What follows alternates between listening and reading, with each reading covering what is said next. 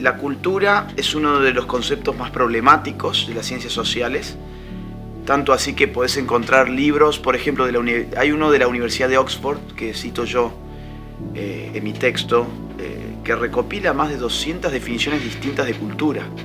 Es muy difícil quedarse con una definición y decir esto es la cultura, porque usamos la palabra cultura para cosas muy distintas, pero necesarias de ser dichas. Y eso es un problema. Yo trato de agrupar las definiciones en tres grandes acepciones.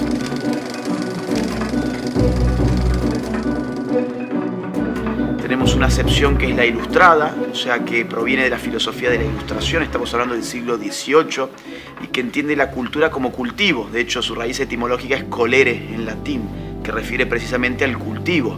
Pensá en la palabra agricultura. ¿Qué es la palabra agricultura? Bueno, refiere al esfuerzo del hombre sobre la tierra para que ésta dé fruto. La cultura significaría en esos términos un esfuerzo sobre el espíritu humano para desarrollar sus capacidades, sus facultades, la inteligencia, la voluntad, el gusto, las formas, los modos.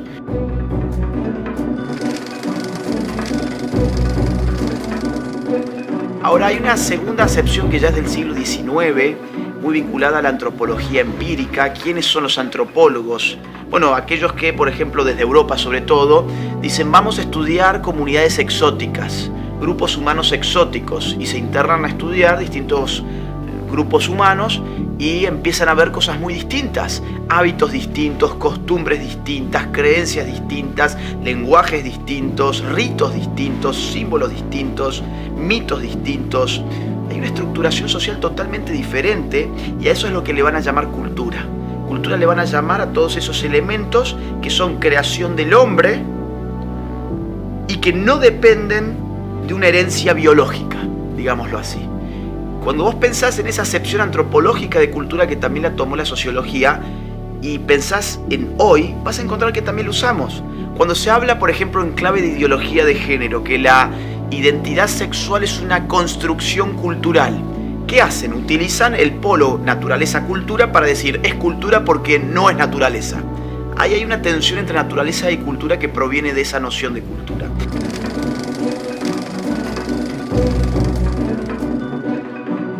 Y después, por supuesto, está la acepción estética, donde llamamos cultura a los productos de la expresividad humana.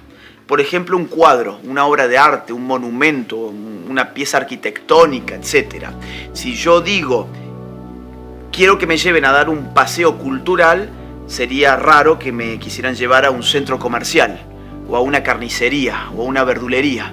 ¿A dónde me llevarían? Bueno, me llevarían, por ejemplo, a un museo, o a ver una exposición en una galería de arte, o me llevarían a ver un monumento histórico, o la arquitectura del lugar, ¿sí? Entonces vos fíjate que la misma palabra la utilizamos para significados distintos, pero y esto es lo más importante de todo, es que tomemos cual tomemos, porque no es que hay una correcta y otra incorrecta, refieren a distintas cosas, apuntan a distintas cosas, pero todas me están marcando que dentro de la palabra cultura hay una tensión.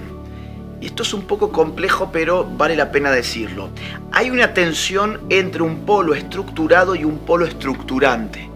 O, por ponerlo con otras palabras, podríamos decir entre un polo creativo y el otro condicionante. ¿Qué significa esto? Significa que la cultura al mismo tiempo es creación humana, pero crea al humano. Al mismo tiempo es estructurada por el hombre y estructura la vida del hombre.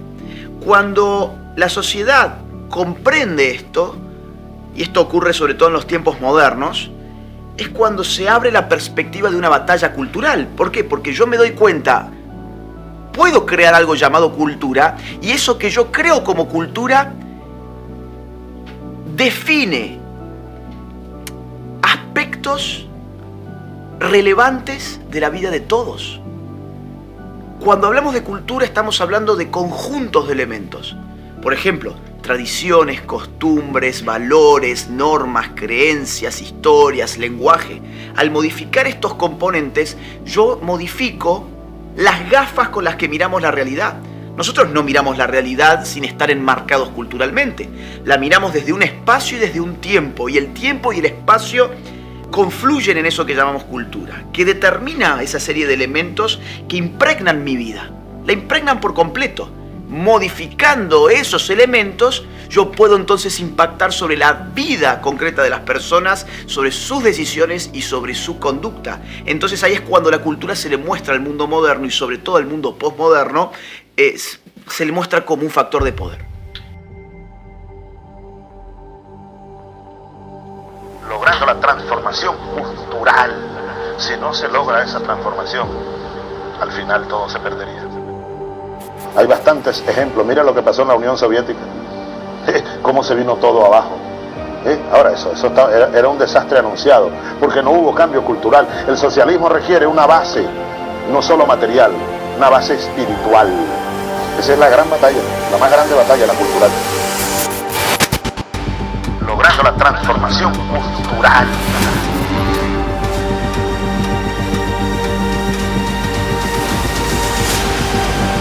Esa es la gran batalla. La más grande batalla, la cultural.